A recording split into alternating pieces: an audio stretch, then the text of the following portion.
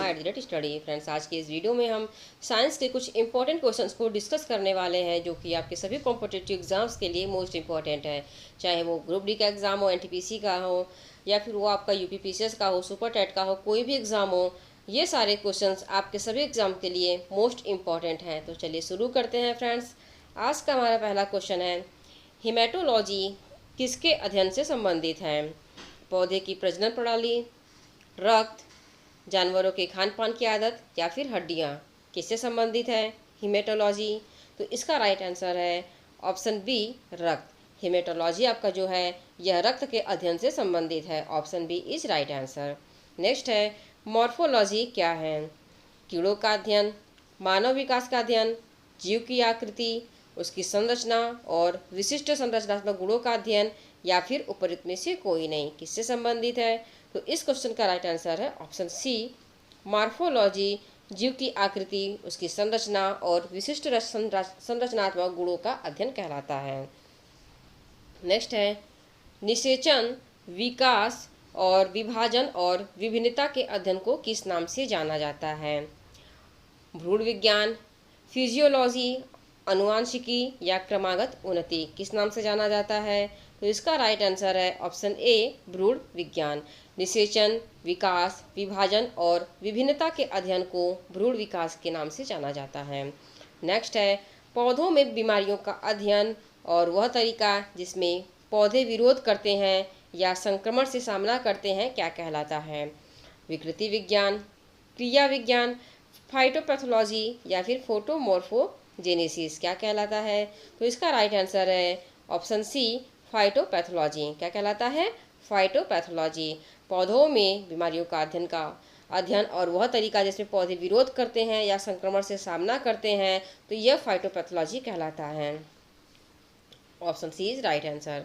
Next है आपका, निम्न में से किसके अणुओं के बीच आकर्षण बल अधिकतम होता है? द्रव्य, प्लाज्मा, गैस या फिर ठोस, किसके अणुओं के बीच आकर्षण बल जो होता है वो बहुत ज़्यादा होता है? तो इसका राइट आंसर है ऑप्शन डी, ठोस। ठोस के अणुओं के बीच में आकर्षण बल अधिकतम पर होता है। Option D is right answer. Next है, अभी तक वैज्ञानिकों के द्वारा पदार्थ की कितनी अवस्थाएं तय की गई हैं? 2, 5, 4 या फिर 3, कितनी अवस्थाएं तय की गई हैं? तो इसका राइट आंसर है ऑप्शन बी, 5। अभी तक वैज्ञानिकों के द्वारा पदार्थ की 5 अवस्थाएं तय की गई हैं। Option B is right answer. Next है, निम्न में से किसमें विसरण अधिक तीव्रता से होता है? ठोस, द्रव्य, गैस या प्लाज्मा, किसमें होता है? तो इसका राइट आंसर है ऑप्शन सी, गैस। जो विसरण होता है वो सबसे अधिक गैस में होता है। Option C is right answer. Next है, यदि अमोनिया गैस है तो कपूर क्या है? गैस है, ठोस है, तरल है या फिर अर्धठोस है, क्या है? तो इसका राइट आंसर है ऑप्शन बी, ठोस है। जब यह जलता है तो यह गैस में चेंज हो जाता है, लेकिन यह एक ठोस पदार्थ है। Option B is right answer. Next है, एक शुद्ध पदार्थ है क्या? चीनी का घोल है, मीथेन है, दूध है या फिर वायु है, क्या है? तो इसका राइट आंसर है ऑप्शन बी, मीथेन। मीथेन एक शुद्ध पदार्थ है। भार का एसआई इकाई क्या है? इसकी एसआई यूनिट क्या है? किलोग्राम है, न्यूटन है, ग्राम है या फिर डाइन है, क्या है? तो इसका राइट आंसर है ऑप्शन बी, न्यूटन। भार का जो एसआई यूनिट है यह न्यूटन है। Option B is right answer. Next है, द्रव चालित ब्रेक निम्न में से किस सिद्धांत पर कार्य करता है? पास्कल नियम, थॉमसन नियम, न्यूटन नियम या फिर कोई नहीं? तो ये जो द्रव चालित ब्रेक होता है ये किस नियम पर, किस सिद्धांत पर कार्य करता है? तो इसका राइट आंसर है ऑप्शन ए, पास्कल नियम पर कार्य करता है। नेक्स्ट है, लॉफिंग गैस का रासायनिक नाम क्या है? Nitric oxide, nitrogen oxide, nitrogen peroxide या फिर नाइट्रस ऑक्साइड, क्या है? तो इसका राइट आंसर है ऑप्शन डी, नाइट्रस ऑक्साइड। जो लॉफिंग गैस होता है उसका रासायनिक नाम है nitrous oxide. Option D is right answer. Next है, निम्न में से अदिश राशि है, कौन सा है जो अदिश राशि है? ऊर्जा है, संवेग है, बल है या फिर आघूर्ण है? तो इसका राइट आंसर है ऑप्शन ए, ऊर्जा एक अदिश राशि है। Option A is right answer. Next है, पेसमेकर का क्या कार्य है? पाचन क्रिया का नियमन करना, दिल की धड़कन प्रारंभ करना, श्वास क्रिया प्रारंभ करना या फिर उपर्युक्त सभी। तो इसका राइट आंसर है ऑप्शन बी, दिल की धड़कन को प्रारंभ करना। जो पेसमेकर होता है उसका कार्य दिल की धड़कन प्रारंभ करना होता है। Option B is right answer. Next है, जन्म के बाद मानव के किस ऊतक में कोई कोशिका विभाजन नहीं होता है? किस ऊतक में नहीं होता है? कंकाल, तंत्रिका, संयोजी या फिर जनन, किसमें नहीं होता है? तो जन्म के बाद मानव के जिस ऊतक में कोशिका विभाजन नहीं होता है वह तंत्रिका है। ऑप्शन बी तंत्रिका। Option B is right answer. Next है, पेनिसिलिन की खोज किसने की थी? अलेक्जेंडर फ्लेमिंग, लुई पास्चर, ब्रेजर या फिर एडवर्ड जेनर ने किसने की थी? तो इसका राइट आंसर है ऑप्शन ए, अलेक्जेंडर फ्लेमिंग ने की थी। पेनिसिलिन की खोज अलेक्जेंडर फ्लेमिंग ने की थी। Option A is right answer. Next है, मनुष्य के मध्य कान की गुहा में कण अस्थियों के अतिरिक्त और क्या होता है? वायु होता है, एंडोलिम्फ होता है, पेरिलिम्फ होता है या फिर ओटोकोनिया होता है। क्या होता है? तो इसका राइट आंसर है ऑप्शन ए, वायु। मनुष्य के मध्य कान की गुहा में कण अस्थियों के अतिरिक्त वायु होता है। Option A is right answer. Next है, निम्न में से एंजाइम क्या होते हैं? सूक्ष्मजीव होते हैं, प्रोटीन होते हैं, अकार्बनिक यौगिक होते हैं या फिर फफूंद होते हैं। क्या होते हैं? तो इसका राइट आंसर है ऑप्शन बी, प्रोटीन। जो एंजाइम होते हैं वो प्रोटीन होते हैं। Option B is right answer. Next है, डॉक्टरों के द्वारा प्रयोग किया जाने वाला स्टेथोस्कोप किस सिद्धांत पर कार्य करता है? ध्वनि का व्यतिकरण, ध्वनि का परावर्तन, ध्वनि का अपवर्तन या फिर ध्वनि का अध्यारोपण, किस सिद्धांत पर कार्य करता है? तो जो डॉक्टरों के द्वारा जो प्रयोग किया जाने वाला स्टेथोस्कोप होता है यह ऑप्शन बी, ध्वनि के परावर्तन पर कार्य करता है। किस पे करता है? ध्वनि का परावर्तन। Option B is right answer. इसका आंसर आपका ऑप्शन बी होगा, ध्वनि का परावर्तन। ठीक है, option B is right answer. Next है, दांत की बीमारी निम्न में से किस प्रकार की होती है? बैक्टीरियल, प्रोटोजोआ, वायरस या फिर फंगल। तो इसका राइट आंसर है ऑप्शन डी, फंगल। जो दांत की बीमारी होती है, जो दांत होता है वह फंगल होता है। Option D is right answer. Next है, सोडियम पंप का कार्य कहाँ पर होता है? मांसपेशियों के संकुचन में, हृदय की धड़कन में, तंत्रिका आवेग में या फिर इनमें से कोई नहीं। तो ये जो सोडियम पंप का जो कार्य होता है यह ऑप्शन सी, तंत्रिका आवेग में होता है। Option C is right answer. Next है, रसोई गैस एक मिश्रण है किनका? मीथेन और एथिलीन का, कार्बन डाइऑक्साइड और ऑक्सीजन का, ब्यूटेन और प्रोपेन का या फिर कार्बन मोनोऑक्साइड और कार्बन डाइऑक्साइड का। किसका है? तो इसका राइट आंसर है ऑप्शन सी, ब्यूटेन और प्रोपेन का। जो रसोई का गैस होता है यह ब्यूटेन और प्रोपेन का एक मिश्रण होता है। Option C is right answer.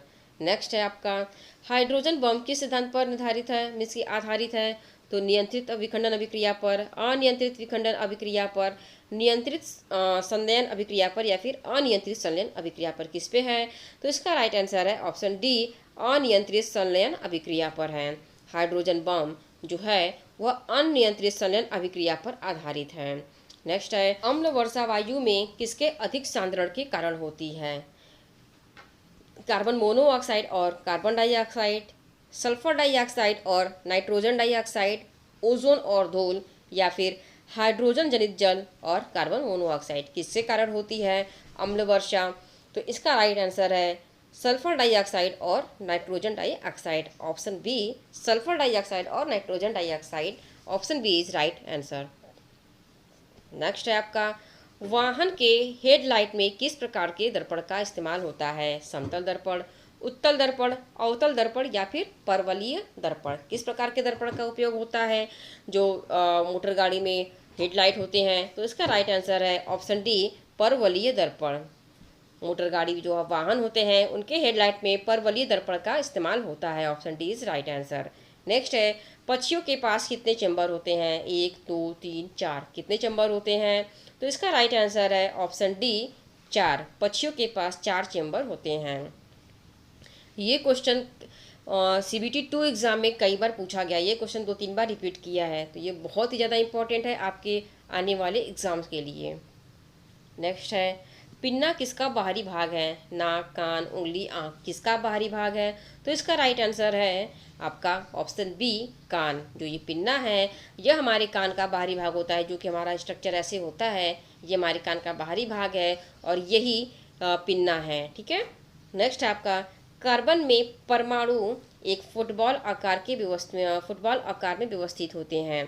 Fluorine, methane, benzene या फिर एथेन किस आकार में होते हैं? तो इसका राइट आंसर है option A, fluorine. Option A is right answer. Next है आपका निम्न में से बर्फ का गलनांक क्या है? -273 डिग्री सेल्सियस या फिर 273 केल्विन या फिर 273 डिग्री सेल्सियस या फिर -273 केल्विन। तो इसका राइट आंसर है ऑप्शन बी, 273 केल्विन। जो बर्फ का गलनांक है वो आपका 273 केल्विन है। नेक्स्ट है आपका प्रत्येक कार्बन परमाणु 4 अन्य कार्बन परमाणु से बंधा होता है और एक कठोर त्रिविमीय संरचना बनाता है। तो वो क्या कहलाता है? वह क्या होता है? ग्रेफाइट होता है, एथेन होता है, हीरा होता है या फिर मीथेन होता है? क्या होता है? तो इसका राइट आंसर है ऑप्शन सी, हीरा। जो प्रत्येक कार्बन परमाणु 4 अन्य कार्बन परमाणु से बंधा होता है और एक कठोर त्रिविमीय संरचना बनाता है, वह हीरा होता है। Option C is right answer. Next है आपका जी का मान किसके साथ घटता है? जिस यहाँ पर जी का मतलब आपका वो है ग्रेविटी से, मतलब है किससे है? ग्रेविटी से। द्रव्यमान, वजन, ऊंचाई या फिर कोई नहीं? तो इसका राइट आंसर है ऑप्शन सी, ऊंचाई। जब ग्रेविटी का मान किसके साथ घटता है? जब ऊंचाई होती है तो ग्रेविटी का मान घटता जाता है। Option C is right answer. Next है किस उपकरण का उपयोग संभावित अंतर को मापने के लिए किया जाता है? पोटेंशियोमीटर, एमीटर या फिर गैल्वेनोमीटर या फिर वोल्टमीटर किसका उपयोग किया जाता है? तो जो संभावित अंतर को मापने के लिए इस्तेमाल किया जाता है वो आपका वोल्टमीटर है। क्या है? Option D, voltmeter. Option D is right answer. Next आपका निम्न में से एकमात्र अधातु है जिसमें 4 धातु होती हैं। कौन सा है? हाइड्रोजन है, रुबेडियम है, सीसियम है या फिर उपर्युक्त सभी है? कौन सा है जिसमें 4 धातुएं भी होती हैं? तो ये है आपका option A, hydrogen. Option A is right answer. Next है निम्नलिखित में से किसमें गतिज ऊर्जा नहीं होती है? एक रोलिंग स्टोन में, गिरते हुए नारियल में, एक उठे हुए हथौड़े में या फिर एक तेज रफ्तार कार में जिसमें गतिज ऊर्जा नहीं होती है?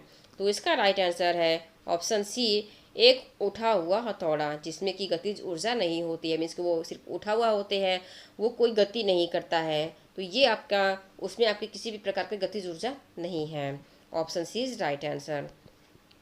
नेक्स्ट आपका नाइट्रोजन तथा फास्फोरस की मिश्रित यौगिक तत्व की प्रचुरता कहलाती है? सुपोषण, अवसादन, हाइड्रोजनीकरण या फिर ऑक्सीकरण क्या कहलाती है? तो इसका राइट आंसर है ऑप्शन ए, सुपोषण। नाइट्रोजन तथा फास्फोरस की मिश्रित यौगिक तत्व की जो प्रचुरता है वो आपकी सुपोषण कहलाती है।